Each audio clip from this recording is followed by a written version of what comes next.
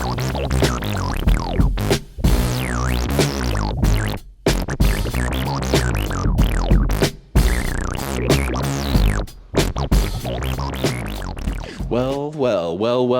here we are again. Welcome to another episode of the Colton O Mystery Show, where we have no idea what we're going to talk about, how long the podcast is going to be, or what sort of format is going to be used for this. So no telling what sort of tactics and antics I might use to grab your attention, but I'm glad you're here with me today because we're talking about something very topical. We're talking about something that's probably going to burn out of the news cycle pretty soon and everybody's going to forget. So we may as well talk about it now because the fires, you know the ones I'm talking about. Not that burning sensation below your belt line. I'm talking about that burning sensation in your heart. That one you have that burns for truth and justice and love and light and all of those things, which really aren't present in the Pacific Palisades right now. It's all been burnt to a crisp, but there's some interesting stuff to talk about there, of course. The internet is lit up right now, as you could say, with conspiracy theories, with blaming, with finger pointing, with calls for resignation, perhaps. And I get it. And I guess I get why people are mad. People did lose their livelihoods. People lost their houses. Some people even lost their lives. Maybe some of their dogs. Maybe their DVD collection.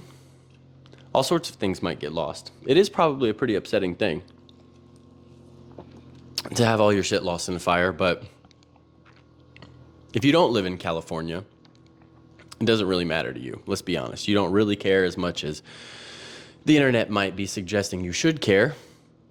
So let's talk about this honestly, right? Let's set aside our emotions for a second. If you lost your house and your cat and your director's cut Tarantino collection, then this probably isn't the podcast for you. But the rest of us are going to have some fun while you're, filling out that insurance claim or whatever you're going to be doing. So, I don't know. And we're going to go through some history here to kind of back up my point here, but I guess what I want to try to point out is that it's not really such a big deal. It's not really anything to be worried about. I get that it might seem like a big deal that people have lost their houses, but I'll just say this before we get into all the history and my point here. LA 2.0 is going to be pretty damn great. It's going to be pretty damn great. Okay, so where am I going with all this? Why am I saying that this is overblown? Why am I saying that it's not as big of a deal as people are saying? And why am I saying let's not jump to, conspiracy theories? Although they may be true, I don't think there's utility in it. And here's what I mean. Okay, so fire's been around with humans for a very, very long time, like 1.5 million years, according to my research. It looks like 1.5 million years ago, some upright bipedal hominids were using fire or interacted with fire in some instance, but then 100,000 years ago, we really start to get into like ancient monkey people walking upright, using fire, keeping fire, walking around with it. And you can imagine that one who would possess fire at the time probably stands a better chance of reproducing. You could probably have more sex, because sex next to a fire is nice, so more babies. You're going to be able to ward off wolves with a fire, with like fire on the end of a stick. You can wave it at them and they'll run away. That's how it works. Fire also lets you cook food, which which unlocks more caloric value from that meat that you would be consuming. So fire does all kinds of things, which for an ancient human would make you much more competitive in the evolutionary race with nature, or with the Neanderthals or the other Homo bipedals walking around. So if you got fire, you're kind of balling as an ancient human. But then let's move it forward a little while. Ancient humans, hunter-gatherers, cave dwellers, they've got fire. They've had fire for a little while. And maybe this tribe has had fire, and this one has had fire, and this one doesn't really like this tribe very much. And these people kind of live up in like a stony mountain area, and these people live down in a nice little like valley with a glade of trees and like a river and all that. And these people get the bright idea one day that if they go down here and set a giant fire, they can run those people out and then come take their land eventually. And that's when the first light bulb goes off. Now, this is, of course, is like an imaginary, hypothetical situation, but I'm sure you can imagine ancient humans finding themselves in this situation where they're sitting there just like Gavin Newsom today being like, well, you know, that land is so nice. It would be so cool to just burn it down and go take it, because then we could live down there by the valley and we don't just have to live up here in the caves. You know, it's that's the first light bulb. First light bulb goes, fire, entrepreneurial opportunity. First click. And then as human history goes on, humans used fire for all sorts of destructive means. We used fire for siege tactics. One of my favorite stories from history is from the Second Punic War, and this Roman general used fire ships, and I believe what that means is they had like ships that were able to launch like fire somehow from the decks of the ships and set the town of Syracuse, or city of Syracuse, which is like a walled city at the time, on fire. It required a lot of siege. And it was so destructive and so crazy and happened so fast that people at the time came up with like an ancient version of a conspiracy theory called the Archimedes heat ray, which is like the Romans' way of describing a Jewish space laser, just like some sort of like energy directive device on the top of a boat that would just set in Syracuse on fire. Pretty crazy, because we see fires today and humans do the same thing. We're like, oh, yep, that has to be some sort of direct energy weapon, space laser that's microwaving the forest and setting it on fire. So like ancient people were thinking the same thing. I don't know. Something to think about there. So yeah, humans have used fire for a long time as a weapon. They use it for siege. You can use fire to like burn all of a people's history, so that like after you destroy their city, you destroy all their records and scatter them to the wind, and then sort of destroy their culture, so they can't really come back for you, and they've got no history to really know who they are and who destroyed them. So fire is good for all sorts of things. The burning of the Library of Alexandria, that's one of our favorite fires here. All that stuff probably didn't really get burned though, and that's sitting under the Vatican. So we'll have to have a Vatican fire to really get rid of all that knowledge. But I guess what everybody is asking themselves is, well, of course fire is like an overt weapon. You can set somebody's house on fire. It works. You can go try it right now with a lighter. Don't try it, but hypothetically you could, and you could prove to yourself scientifically that fire can be used as a weapon. So everybody knows that. We're all on the same page there. But what everybody's asking themselves on the internet and on Twitter right now is fire being used as like a subtle weapon, a weapon for economic warfare? Is it being used as a means to like quietly move people off of their land, come in and buy it for pennies on the dollar, and then rebuild it in a better image? Well, economically, that makes a lot of sense, but you can't just go off of that. Like, just because there's a group of people with the means and a clear line of benefit, and then there is this action that clearly just because there is this clear, super clear, like follow the money connection, and those same people kind of have a habit of like designed incompetence. I mean, just because all of that points in the direction of wrongdoing or malfeasance, just because all of the signs are pointing to that, doesn't mean we should like condemn these people. You know what I mean? I don't think we should necessarily be burning Gavin Newsom at the stake if this was his plan.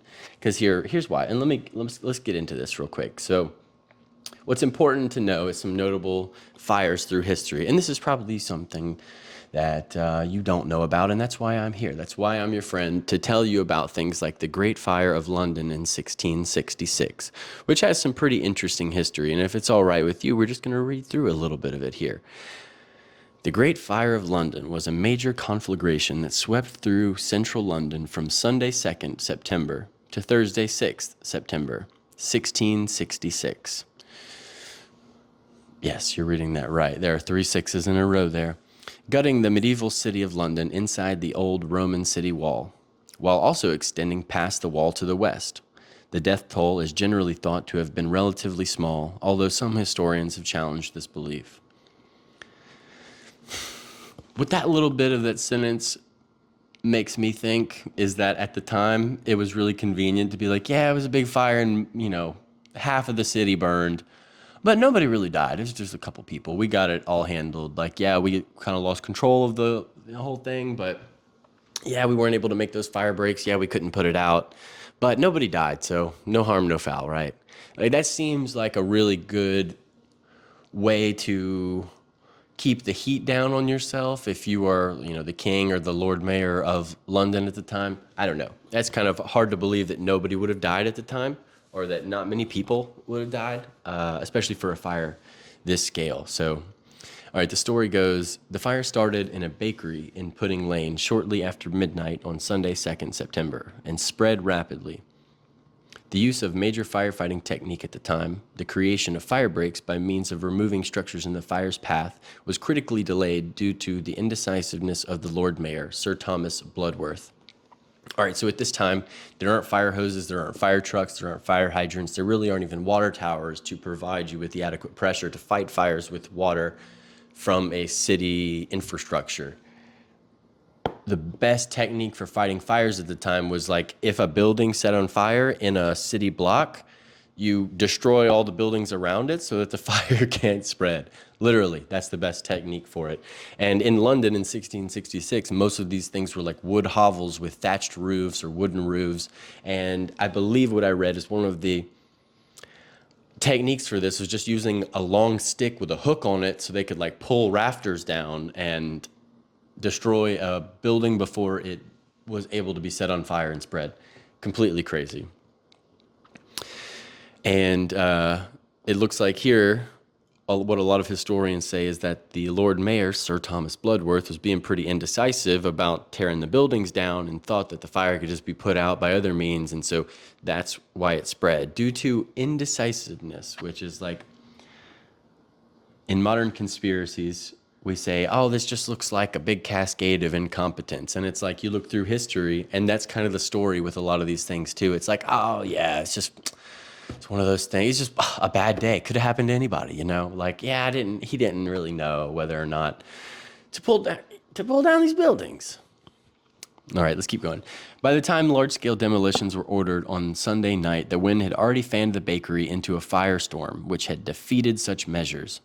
The fire pushed north on Monday into the heart of the city. Order in the streets broke down as rumors arose of the suspicious foreigners setting fires. What does that sound like today? The fears of the homeless focused on the French and Dutch, England's enemies in the ongoing Second Anglo-Dutch War. These substantial immigrant groups became the victims of street violence. On Tuesday, the fire spread over nearly the whole city, destroying St. Paul's Cathedral and leaping the river fleet to threaten Charles II's court at Whitehall Palace. But it didn't burn down the palace, nor did it burn down Windsor Castle, nor did it burn down really where any of the nobility lived. Didn't burn down the Tower of London. Didn't quite get there. It was really mostly all of the livable space by the river in which poor people lived, where the peasants lived, and we'll explain why in a minute. Coordinated firefighting efforts were simultaneously getting underway. The battle to put out the fire is considered to have been won by two key factors. The strong east wind dropped, and the Tower of London garrison used gunpowder to create effective fire breaks. So pretty much they started blowing up buildings around it to stop the fire from going any further. All right. So what's important to know here, and this is going to sound just like the California fires, like, wow, how many people lost their house? And if you want to know, it's at least, it says there were between 300 and 400,000 inhabitants at the time. Oh yeah, and about 80,000 homes were lost. Dang.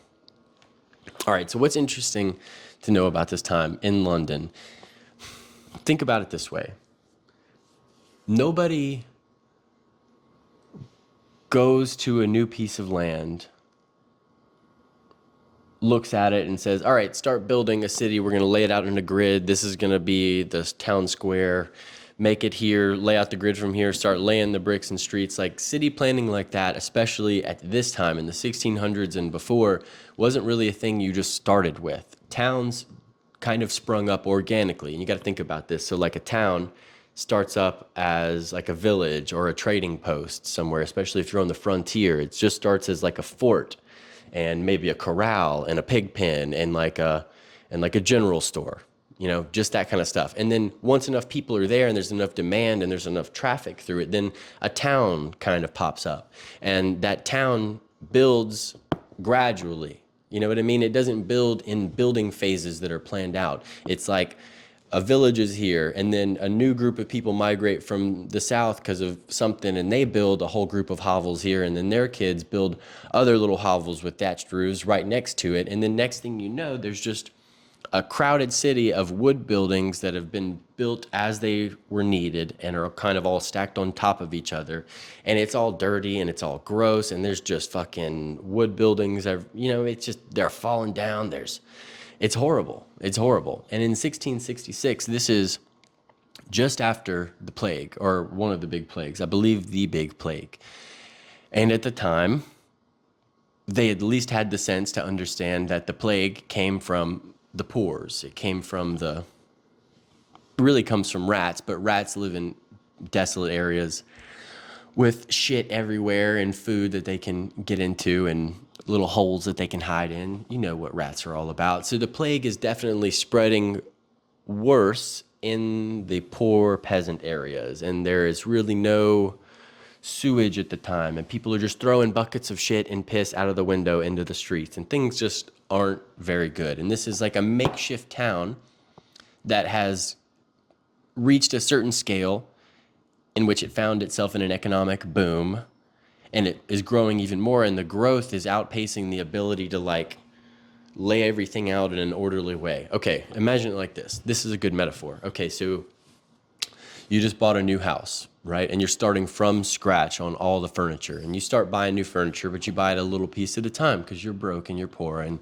your parents hate you for it. And you feel like you never really pursued your dreams, but you wanted to go and study abroad in college. And then you wanted to go and take those extra classes in like painting. And then you like got really into oil painting, and you wanted to go back to Europe. And you know what I mean? Like, you suck, but it's not your fault. So you can't really afford to get all the furniture at once. So you're adding little bits of furniture, little piece at a time. So you bring in your couch, and you've got this couch, and you really like your couch, and you get a TV, and the couch and the TV are kind of set up in a way where it makes sense. Like you sit on the couch and you watch the TV, you're not sitting at an angle.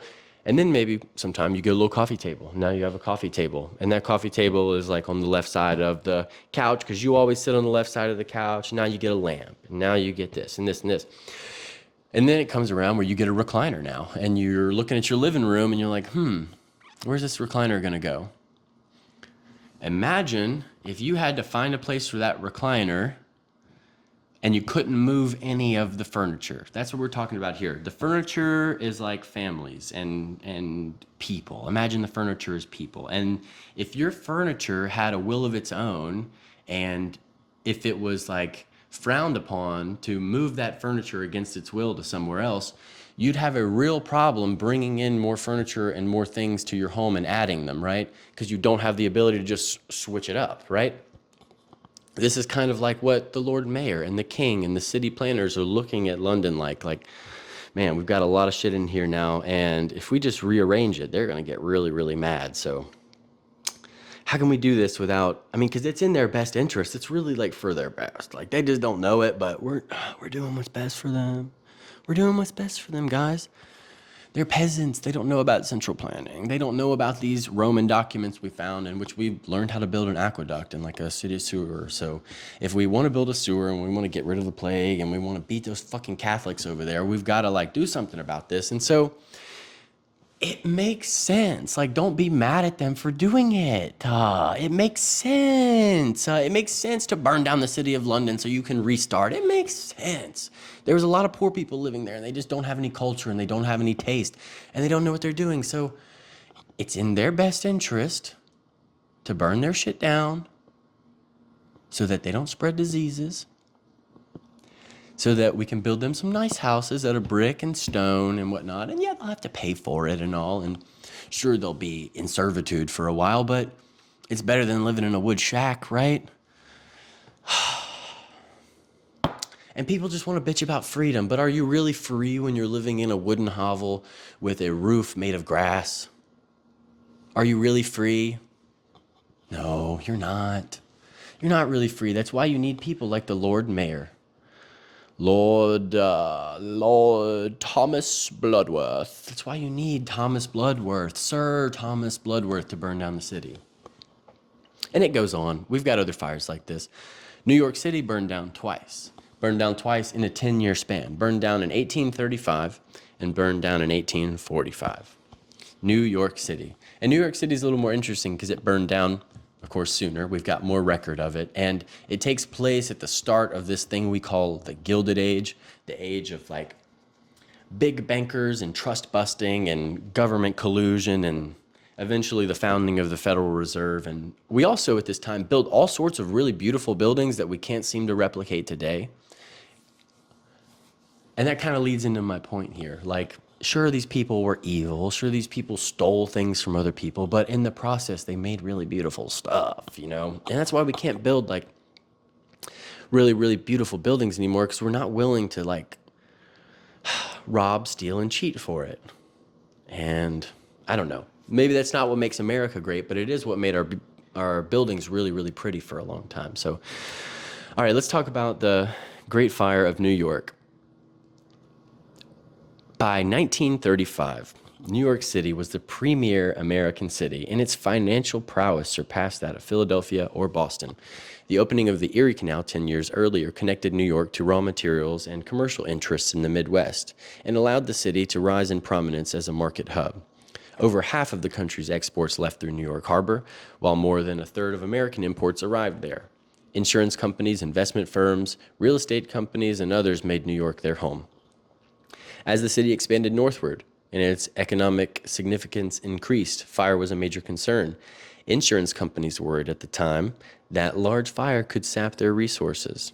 The mayor and common council members held stock in or were board members of many fire insurance companies. Okay, so let's just rewind real quick. The mayor, the city leadership have a financial interest in the insurance companies. City officials made efforts to build more watchtowers and hire more watchmen. One serious impediment to firefighting was the lack of reliable water source, as little had been done by 1835 to solve the city's water problem. The city's residents, as well as firefighters, relied on neighborhood wells, 40 fire cisterns, and a reservoir located at 13th Street and the Bowery. The fire department's growth in the 1820s and 1830s had not kept pace with the growth of the city. The city's population had swelled by an additional 145,000 in the previous decade, but the department added only about 300 firemen, a roster of 1,500 firemen, 55 engines, 6 ladder companies, and 5 hose carts were deemed insufficient to protect the city. Throughout the summer and fall of 1835, the department had fought numerous fires, and on December 14th, the entire fire department had spent freezing, miserable evening fighting 2 large fires, which destroyed 13 buildings and 2 shops. The city's fire cisterns were nearly empty and its firefighting force exhausted when disaster struck. The fire began on the evening of December 16th, 1835, in a 5-story warehouse at 25 Merchant Street, now known as Beaver Street, at the intersection of Hanover Street and Wall Street. As it spread, gale force winds blowing from the northwest towards the East River spread the fire. The conflagration was visible from Philadelphia, approximately 80 miles away. Jeez. At the time, major water sources, including the East River and the Hudson River, were frozen in temperatures as low as negative 17 degrees, and firefighters were forced to drill holes through the ice to access the water, which later refroze around the hoses and pipes.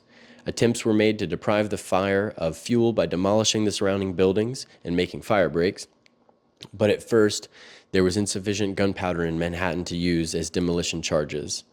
Later in the evening, the detachment of U.S. Marines and sailors returned at 3 o'clock in the morning with gunpowder from the Brooklyn Navy Yard and began to blow up buildings in the fire's path.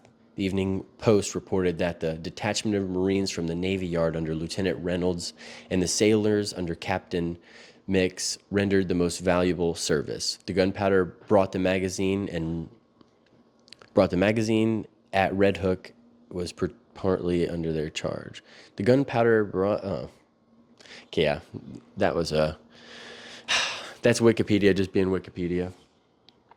But what's interesting to note there is that one, didn't quite have water prepared. They're still using wells. The city is in an economic boom and it's growing faster than they can keep up with like safety measures, right? It's kind of along the same lines as like every one innovation in technology you have, you should have 3 innovations in morality. It's kind of like that. Like we have the technology of gods and the wisdom of children. I think that's Albert Einstein, something he said. And this is perfectly evident at these times too. And people want to blame the controllers. People want to blame the mayor, blame the city council people. And, you know, I mean, sure, there's some suspicious stuff with the New York fires. Sure, the one in 1845 mostly just burned down a slum. But what did New York City become after that? Pretty great. New York became a pretty awesome city after that. One of the biggest, one of the prettiest, one of the, well, I don't really know about that. There's some pretty cities around, but New York is special. New York's got a special sort of vibe to it. I've never been, but I hear it has a very special vibe to it. And to say that these fires weren't necessary is to say that you don't really like how New York turned out. And I don't really know that that's fair to say. Fires happen. There's one in Chicago. We don't have to read the whole history of this one, but the one in Chicago looks pretty similar. You know, it's this pattern. Of towns getting too big. And in these towns, there's probably some people that stand to benefit more from half the town burning than other people. Generally, in cities like this, the richest people don't live elbow to elbow in wooden buildings next to other poor people. Rich people with means and the means to invest in a burned down city after it's been burned, they live kind of off at the edges. They live off in wooden buildings. They live past natural fire breaks, which is just like their giant yard, right? And so like your fire would have to burn all the grass and then jump onto their house to get them. And that's just like doesn't happen as often. It doesn't happen as often in London. It doesn't happen in New York. It doesn't happen in Chicago. The fires don't jump to where the rich people live generally. And even if some rich folks own a building or a business or a house and it's downtown next to all of these things, more than likely they've got a good insurance policy on it. And that insurance company doesn't want to make an enemy out of those people. And so if some people are going to get fucked over by the insurance company, it's not going to be the people that have a means of recompense. It's going to be the people that have no means to hire a lawyer and like blow the whistle and get their other rich friends to be mad at those rich people and then cause like a rich people war. No, they don't want that. Rich people warring against each other is never good. But if the poors are mad at the riches, it's not really a big deal to them.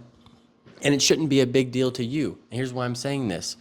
The rich people's houses don't burn, so you don't have to worry about who's going to plan the city after. Who's going to plan New York 2.0? Who's going to plan the 5 Point slums 2.0? In San Francisco, who's going to make the new Chinatown, right? Who's going to do this? It's going to be the rich people. And they're rich for a reason. They're rich for a reason because they're smart and they're probably better than us. That's why. And they know better than us and they know what's best for us. So we just need to let it, be in their hands. But we don't have to worry because when it comes to these big fires, they don't go and get the people that are going to help us plan LA 2.0. They're not going to, they're going to still be there. It's fine. One of my favorites, and it's kind of funny. If you're from Florida, you've probably heard of the name Henry Flagler because his name's all over everything. And he brought the railroad there. He built a bunch of stuff. And if you don't really know too much, you might think Henry Flagler was a pretty awesome dude. And he probably was pretty awesome in a way. Like, he probably was really cool to hang out with and have drinks and talk about. He probably had some really cool stories. But was he an elitist, eugenicist, racist? Probably. Probably. But all of those are like side dishes compared to just the opportunist in him. And that's what makes America great, is people's sense of opportunity. And the local legends talk about Palm Beach and West Palm Beach at the time as like being one of these early beach resorts in the South that people would flee the Northeast to come down and sun for a little while and get well and get in the salt water and all. And the people down there that were the help, sort of, for this Palm Beach resort that Henry Flagler built, they all lived on Palm Beach Island, right? So Mar-a-Lago is called Mar-a-Lago because it means from the lagoon to the beach. And so Palm Beach is like an island, and the island runs parallel to the mainland, and there's a lagoon in the middle. And so if you're looking at the map from today, you look at it and you go, okay, obviously the stuff on the island is worth way more real estate wise. And then as you get over here into the mainland, it gets a little bit less and less and less valuable as you get further away from the coast. Obvious. But in 1912, as Henry Flagler might have put it, all of his help lived on that island. But now the resort is starting to become popular. And now he needs space to bring his rich friends in from the Northeast so that they can run this resort. You know what I mean? We're trying to make some infrastructure down here in Florida. It's just a swamp at this point. It's just a swamp and a beach, and there's gators and there's snakes everywhere. It's like the worst parts of Florida. And so if Henry Flagler doesn't come in and make it into the West Palm Beach we know of today, who would? Who's going to do it? But I will say, he did get a little devious. He did get a little dastardly, because the legend goes that Henry Flagler threw like a party or a circus or a carnival barbecue, like a cookout. He threw a neighborhood cookout and invited all of the inhabitants of Palm Beach Island. And then while they had all gone for this carnival, the island mysteriously burns down, and all of the houses there are made out of like really dry, rickety wood that's like beech wood, you know what I mean? And beech wood dries really fast in the always moving, constant salt air. It's just not good for wood. It dries it out. You've seen wood on the beach before. So just a tinderbox. But to say that is an objectively bad thing is to say that you don't like Palm Beach today. And have you been? West Palm Beach is pretty cool. Mar-a-Lago is really pretty. I lived in West Palm Beach for a good long while, and I never wanted to leave, but I was pretty much just 2 steps away from being homeless there. So I understood, and I never got the sense that I belonged there, and I never got the sense that I was good enough to be there, because I was really not. Palm Beach is a really nice place, and those condos are worth millions, and I just don't have the class and the culture and the taste to really be there. So I had to live in a sailboat, which is just like a floating trailer amongst other crazy white trash people who were running away from all of the destruction that they had created in their lives. Those were my neighbors next to us, and none of us deserved to be there. But luckily, because Henry Flagler did what he did, we were all relegated to our boats, and we couldn't go live on Palm Beach Island where the cultured and classy people live. And now you have Palm Beach and West Palm Beach today. Go sometime. It's really nice, and you'll see why Henry Flagler did it. So now we're getting back around to my main point, the LA fires.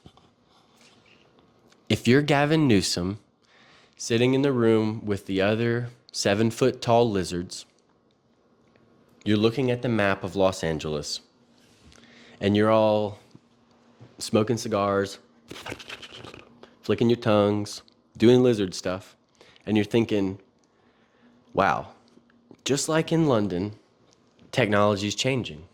1666. Just like in New York, we're having an economic boom. What the lizards looking over the map of LA are saying right now is things are about to change, and we don't need actors anymore. And if you don't need actors anymore to play in your movies, to be running around with this crazy sense of entitlement because you're the best at being a faker. If you don't need those people berating the Starbucks lady because they don't know who she is and they don't remember her on whatever series that was of some obscure HBO show.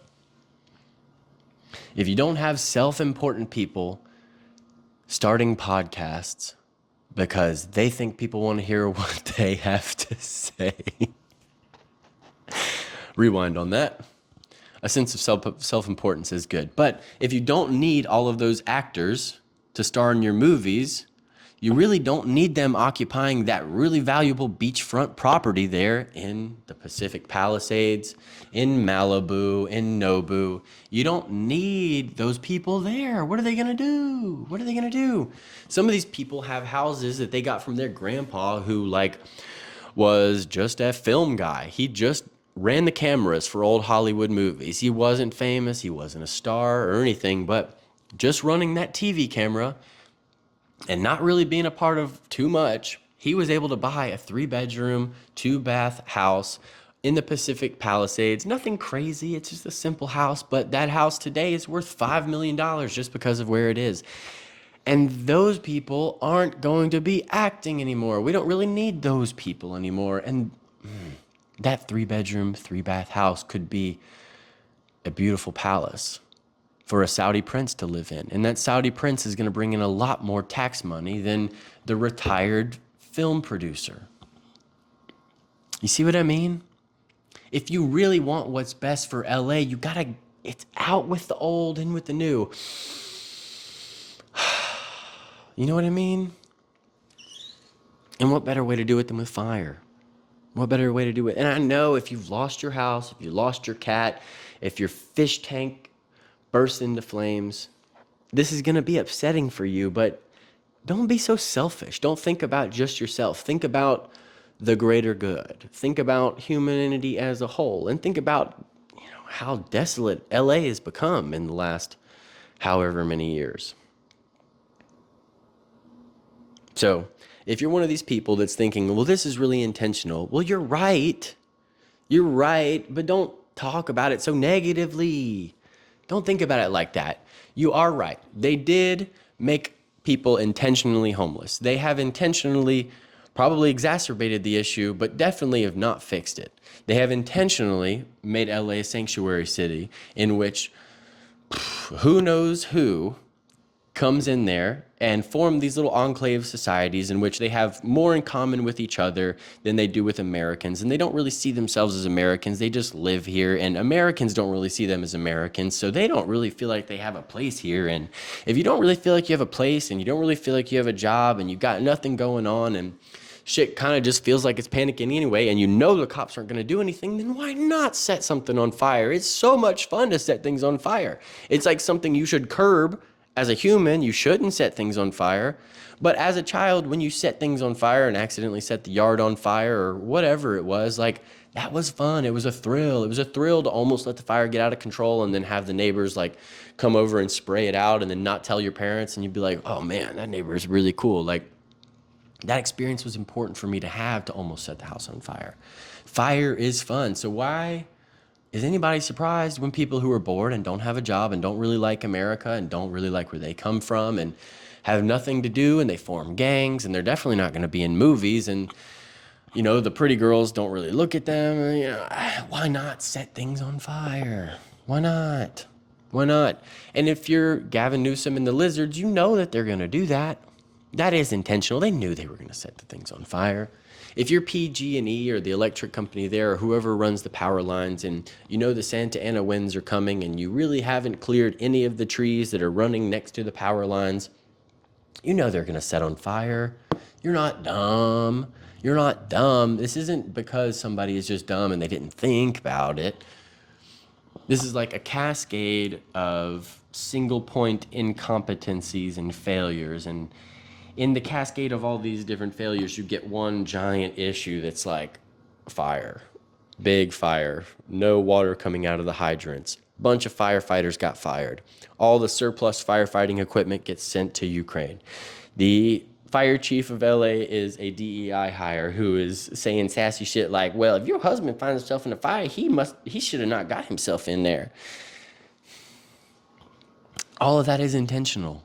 And you might want to be upset about it, but don't, because LA 2.0 is going to be so tight. If you go and look, and this is, I think, what they might be planning, because you've been hearing about the high-speed rail. And the high-speed rail hasn't come to fruition yet, not because there's, not really any good leadership or the money's been squandered in other ways. It's because there are people that live in the path of this railway. And if they're living in the path of the railway, you can't move them. And you can't just buy them all out. It'd be so expensive to buy them all out. So if you look at the map, it's like exactly where they want the high-speed rail to go is kind of where these fires are going. It's pretty interesting. So look on the bright side. You have a high-speed rail coming from San Francisco to Los Angeles. Los Angeles is going to become like 6, 7, 10 different little 15-minute cities in which you won't need a car. All that traffic's not going to be a big deal anymore. You're just going to be able to walk or jump on the tram or, hop on a scooter. And within 15 minutes, you'll have everything you need. And everything will be right there. And you won't need to have a car and go or even have the ability to go very far. You'll just have to be right there. Right there. And then when the digital currency comes, it'll just be on a little scanning thing on your wrist, and you'll have the peace of mind in Los Angeles to know that there won't be anybody there who's allowed to use money who goes on the internet and says things like, oh, I think these fires are intentional, and I think they've been intentionally letting them burn because I think somebody wants to come in for a land grab. And if you're the kind of rabble-rouser that's going to be on there just stoking tensions for no reason and riling up all these dumb people to hate the rich people, then we're just going to turn off your money for a little while, and then when you get hungry and you learn your lesson, we'll let you out of money jail, and then you can go back to Whole Foods and you can get your, hot bar pad thai or whatever you're getting. I don't even know if they have pad thai at Whole Foods hot bar, but in LA 2.0, they will. That's how good the hot bar is going to be once we, get rid of all of those useless people who weren't really contributing to Hollywood anymore, because Hollywood's going to be all digital, and if it's all digital, you don't need all these actors running around going on strike all the time. We can do this with computers now. So LA is just going to be one big computer and a few rich people, and it'll be really cool to visit. So I don't know. I just wanted you guys to not worry so much about the fires. I don't want your little hearts to be in, I don't know, tumult. No, it's just not worth it. This is 2025. We're going to have a good year.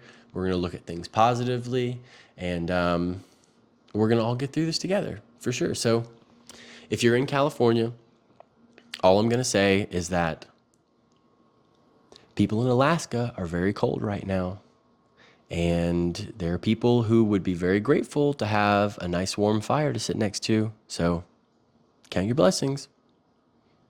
Bye.